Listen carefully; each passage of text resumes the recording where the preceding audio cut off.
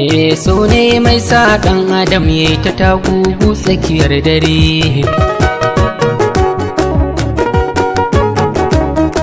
Idan ya taɓa maka zuciya sai ya bar ciwo a haƙarƙari. Wasu sun bari yin so don wuya, waɗansu fa kullum marmari. Hannunka nake mai sanda, magana ta da inda take hari. Ki rike ni da kyau mai so na hakar da ki bar ni na fada a garari. Ta wani yar kirki ce ba ta kama da tijara ba, don haka ba zan ciwon zuciya ba. Tun da kin ce kin yarda, ni ma kuma na yarda, ba mu tilastawa a rayuwa ba. Tun kafin halittar mu Allah ya haɗo mu, ba mu san mene ke faruwa ba.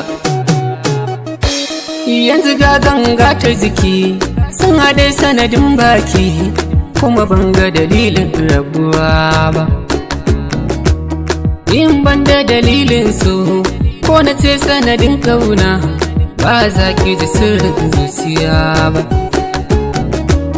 Soyayya akwai daɗi, ke ce kika sana sani, da ba a sa a ni cikin sahu ba.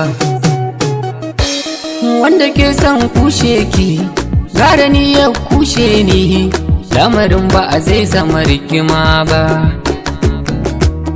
Amma yin ke ya taɓa ba zan taɓa yarda ba, rigimar mu ba ta taɓa rabuwa ba. Ni so ka da ranka da han, tunda dai shi larura ne, makiyan mu ba sai mana dariya ba. Duk abin alkhairi wasu ba sa san shi, cikin kawa ba a kowa a zaki za ba. Dan na kara mutuncinki ba ni yin rakiyar zance, ke ma ba zan nuna wa abokanai ba. Tunda da yan gane na fi san ki da kaina, to magulmata ba a kinsu ba zai shiru ba. Idan da raina ba zan saka tagumi ba, idan babu tausayi zama haka ba zai yi kyau ba. In babu soyayya ina za a gane ƙauna, mai son ka da gaske ba zai kona zuciya ba. Ko da an saba ba a tona sirrika ba, to ina wata riba idan so ya zama gaba.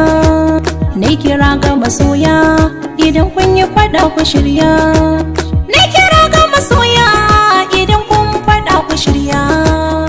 Cutar da masoyi